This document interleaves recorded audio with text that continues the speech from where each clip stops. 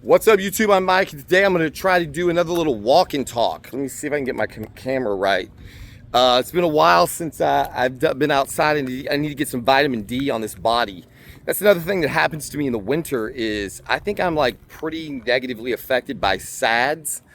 I guess my vitamin D gets low. I like to be outdoors a lot, especially if it's not miserably hot outside. And when December comes around, which coincidentally is about when my last little depression state hit, it seems to be a yearly occurrence. So I try to get out and at least walk the block several times a day, topless, to soak up some sun and keep tan going and get the vitamin D going. So today I'm talking about a topic that I really never thought I would be directly discussing on this channel, because it's something that I've kind of avoided, and that is hate watching. I know it seems pretty clear to me. By the way, I just got a new phone. This is a S25, so I'm trying to record this without using my Rode mic. Hopefully the audio on this new device is sufficient to pick up this recording.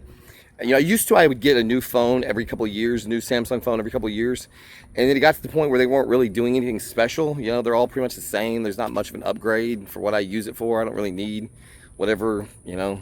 It's just they're not doing anything exciting. But my last phone got to the point where I couldn't even keep the battery alive for half a day. So hopefully this camera and mic on this S25 will be sufficient without having to use my Rode mic. So anyway, I recently, I have to admit, so like I said, I've always just tried to avoid the hate watchers, because I didn't understand you guys at all. It just made no sense to me why somebody would sit around and watch content produced by a person that they hate and they don't want to see anything good happen to them. And then, as hard as it is for me to admit, because I thought I was a better human being than this, back around election time, I started hate watching Rosie O'Donnell on TikTok. This is the first time in my life I've ever really done this. I used to hate watch Andrew Tate a little bit, but then I just became a gigantic fan. So I can pretty much guarantee you I will never be a Rosie O'Donnell fan. This is real and truly hate watching at its best. Back during the beginning, you know, around election time, right before the election, you know, she was still living in New York, and she would sit outside in her back patio and record these videos in the morning, no makeup on, just looking garish, and she would just be really just having like one panic attack after another. And it was so exciting to watch her misery, and I had never really experienced that before. And so maybe, you know, so like I found myself just every day I was tuning in to see, you know, what kind of a meltdown she'd be having today and about what. And I mean, for a while there, it was getting crazy. Like, she'd be talking about aliens, UFOs one day, and how maybe the aliens were going to come and save us or something. Or, I mean, she clearly felt that Donald Trump being elected was just going to be cataclysmic for the country. The country just could not survive this man being in office. And she was just completely and totally polarized against it. And so she's sitting out there. See, there's always somebody fucking cutting grass. She's sitting out there, and you know, the camera's like really close to her face, and she's made no effort at looking good. She's 60 something years old, so she's got the wrinkles and the really pale skin, and she like smacks a lot in between statements, talks really slow, hear these big gulps when she swallows. It's like so many little things about her personality that would just needle the shit out of me. They would just make me hate her. And so I would just be sitting there listening to her talk, on the one hand enjoying the fact that she was clearly having a really bad day. Psychologically, she was clearly not feeling it. She did not want that. She felt like her world was falling apart around her. And then I would just be hating on all these little things about her face, or the way she talks, or her accent, or whatever. Just anything. It was just a total hate fest. And as embarrassing as this is to admit, I actually really got sucked into it, and I enjoyed it. And I would look forward to it. I would really look forward to. It was like her misery made my life better. Which is weird, because I was actually not depressed at all at that time. I was really excited about, you know, the possibility of Trump being elected, but I was also terribly, terribly, horribly nervous that he wasn't going to be. And so when she kept melting down, it gave me hope that, you know, hey, we've got a chance at this. And then after he won, of course, it got even better. And the videos were just completely unhinged. You know, she's got these glasses, these god-awful brown glasses, and there's like a gold piece on the corner of one side, and it's like broken off of the other, or it's missing. I don't know if that's like a style thing or what. It's like, Rosie, like, I think you have a couple of bucks to your name. Like, get some new glasses. What are you doing? It'd just be that kind of shit right there. Just nitpicking and hating and enjoying every second of it. And so, once I decided I was ready to talk about this, and now that I'm back to making YouTube videos again, I decided to reach out to all of you in the audience that I've been ignoring and muting, or, you know, whatever, getting irritated with all of you hate watchers. I'm now really curious. Like, first of all, if you're a hate watcher, you know, at least raise your hand in the comments so we know who you are. I got no bad blood for you now. I totally get it. It's weird. It's because it's like now this part of my audience that I really fucking loathed and despised, now suddenly you guys are kind of like, feel like kindred spirits. It's kind of like with all my bodybuilding buddies, you know, like all the guys that I feel common ground with, who are cycling and you know, and lifting and trying to get big. And then I think it's a lot of the hate watchers that aren't really even into bodybuilding. For whatever reason, you've come to my channel and you've found something about me that irks you. And so what I'm really curious about is, you know, I kind of want you guys to bring me into the hate watching game. You know, help me step up my hate watching game. So like when you're hate watching me, is that the way? Is it the same thing for you guys? Like, are you guys like noticing it right now? Like, oh, look, Mike's beard's getting really gray. It's like, yeah, because I need to diet. I usually diet. It's like massively gray when I don't diet. You know, are you noticing, oh, his face is puffy, or he's looking a little skinny today, or, you know, do you guys, oh, his nose is big. That's why I get a lot. Oh, he has a really big nose. Do you guys sit and just nitpick my appearance? Or are you looking for me? Are you trying to get me to catch up and misspeak? Do you like get excited when I make a video, it says my D game is broken, and you know I'm going through miserable situation with my wife? Like, are you guys like looking forward to me like dying? You know, are there guys in the audience that the only reason you watch is because it's like a train wreck, and you know eventually the train's gonna run off the rails, and so you want to be around when I make the video that says, hey guys, like, you know, I've got liver damage or kidney damage, or, you know, coronary artery disease, you know, I have to quit bodybuilding, or I just dropped dead of an aneurysm. Is that like what you guys are waiting for, to be the first to get that knowledge? Do you look forward to me and my wife fighting, or me going through misery with prolactin and being all miserable? You know, like, because I provide a lot of that.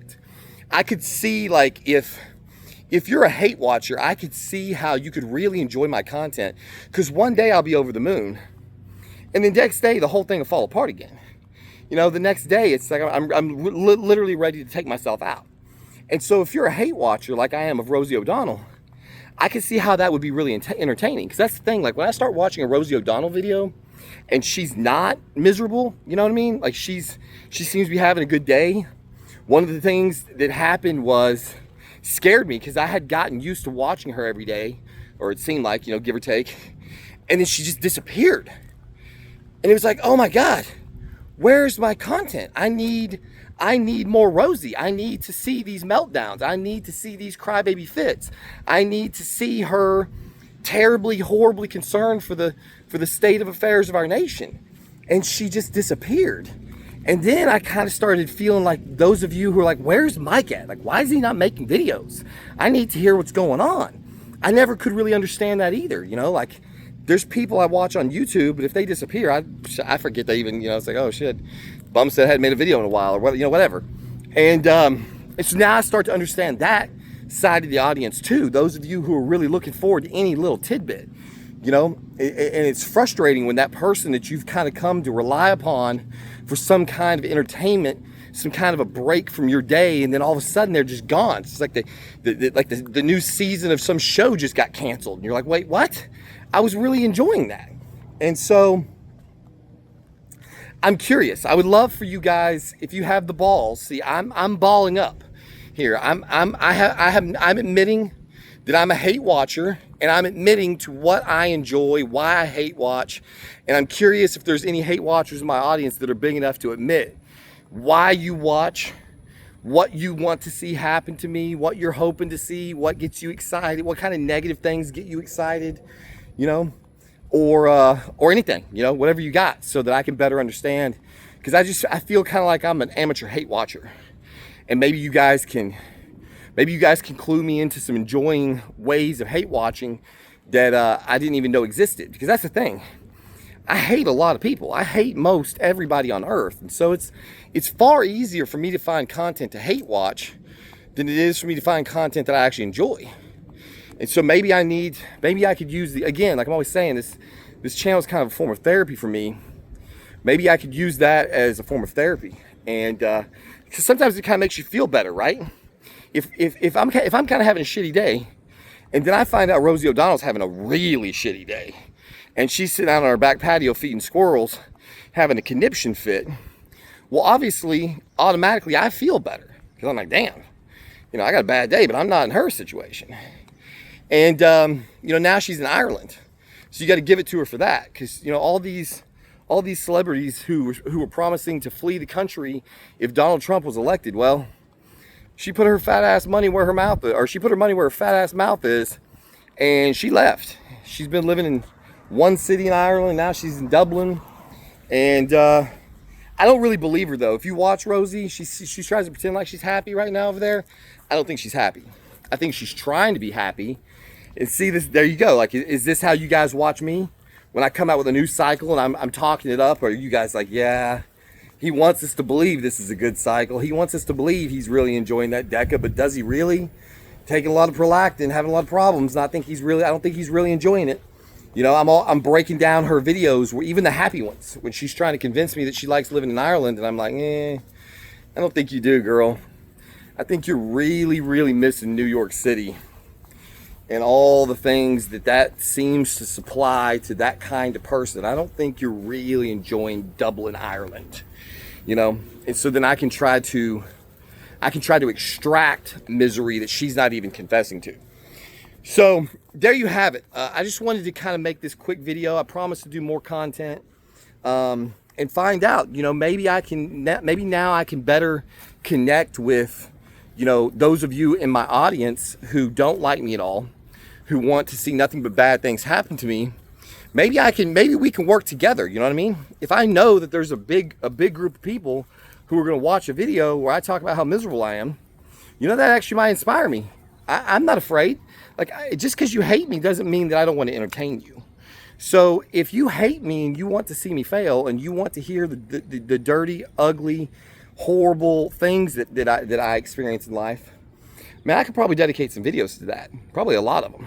So in the comments section, tell me, those of you who hate watch, what do you like to see happen? What is your dream? You know, like I said, are you waiting for the divorce papers to get filed? Are you waiting for the medical diagnosis? Are you waiting for me to pop an aneurysm, lose my job? Speaking of which, been out of work for 48 hours, boys, and I already got a killer job offer that I think I'm going to accept either today or this weekend. So I may be back to the old grind here pretty quick.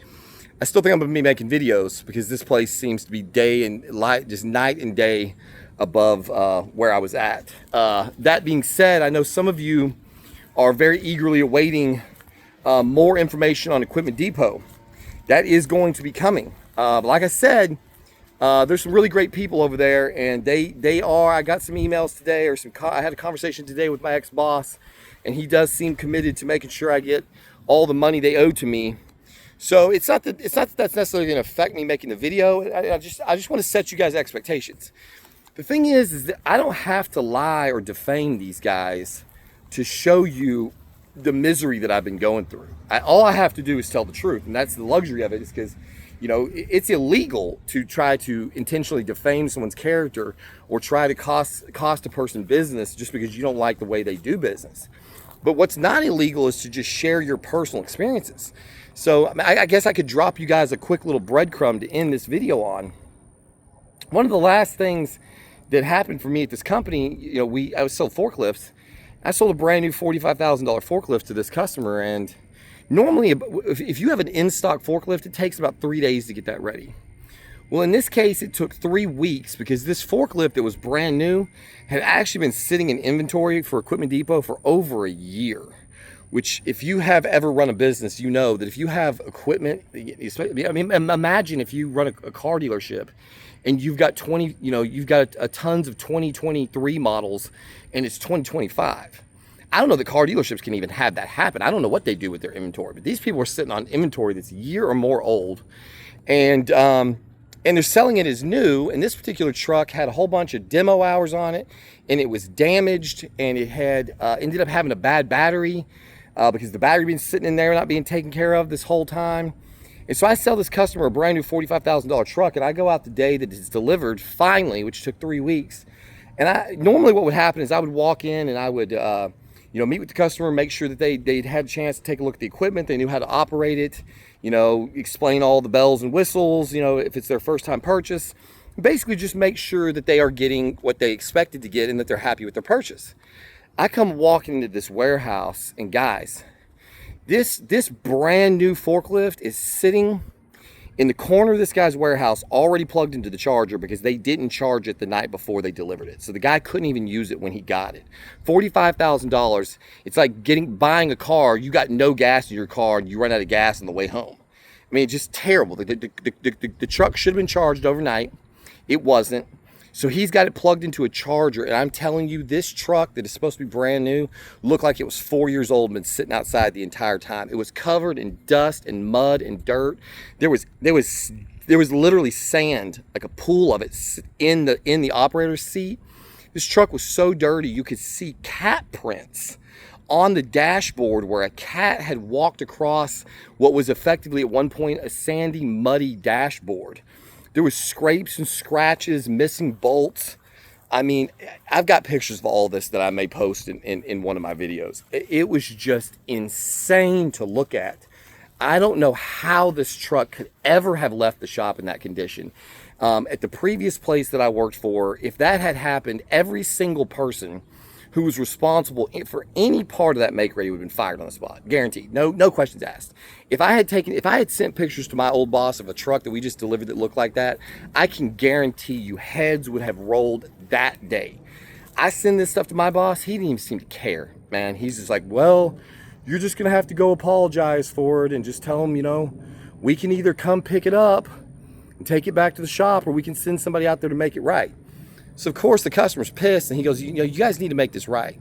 So the following Monday, they're supposed to send out a manager. He's going to go clean the truck up and deliver the charger, because that was the other thing. This truck came brand new with a new battery and a new charger. And when they delivered the truck, they didn't bring the charger. So the guy was having to charge his brand new truck on an existing charger. So it's like, just imagine this, right? You just bought a $45,000 Mustang. You go to take delivery of your new car. It's covered in dirt and dust. It's dirty on the outside. It's dirty on the inside. It's got scratches and dings, missing bolts, cat prints all over the place, stinks inside probably. You would be livid. I think that any person in the world would go, I am absolutely not buying this car, and I'm not buying anything on your dealership, and I'm not buying anything from you ever again.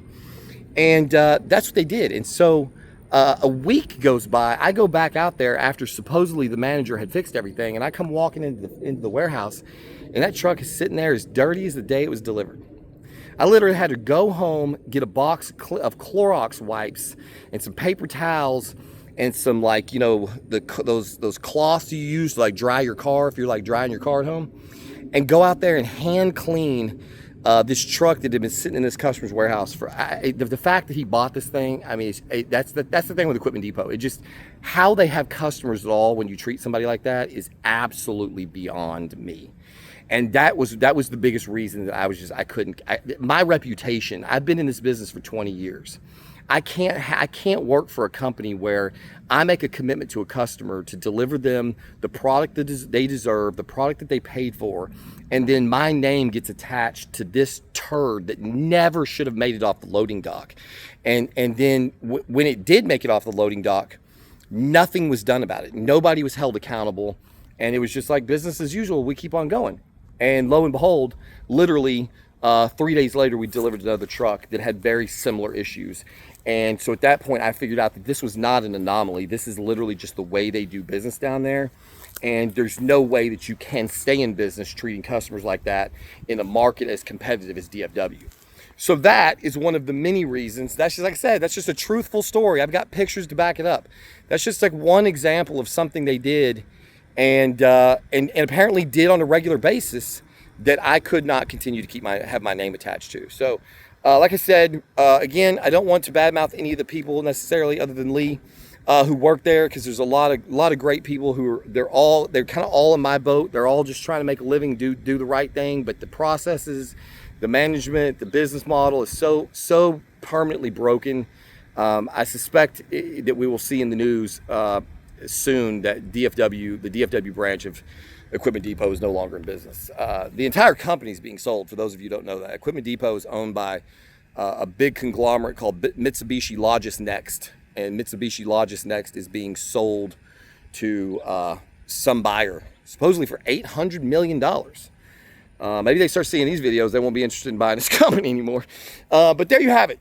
There's a little breadcrumb for those of you who are eagerly awaiting the Equipment Depot video that I hope will be coming. I don't know. We'll see. Right now, I'm just focused on my family, getting paid what I'm owed. And like I said, I got a really good job offer that I have tentatively accepted. And super excited about that. So I'm probably gonna be get back to work soon, and I'm gonna try to keep these videos rolling. But there you go. I just wanted to shoot this because, like I said, there's a whole section of my audience, you know, that I feel like has been untapped. And so I don't know if I said this earlier. This is the second time I shot this. I didn't like the first video. You know, let me know what you guys like to hear, and if I have to intentionally make content for hate watchers, I could do that now, because I certainly enjoy when Rosie gives me something to brighten my day with. So if I can brighten your day by you hating on me, well, I get some clicks, you know, you get some kicks, and we all win in the end. So there you go. As always, thank you for watching, and we'll see you on the next one.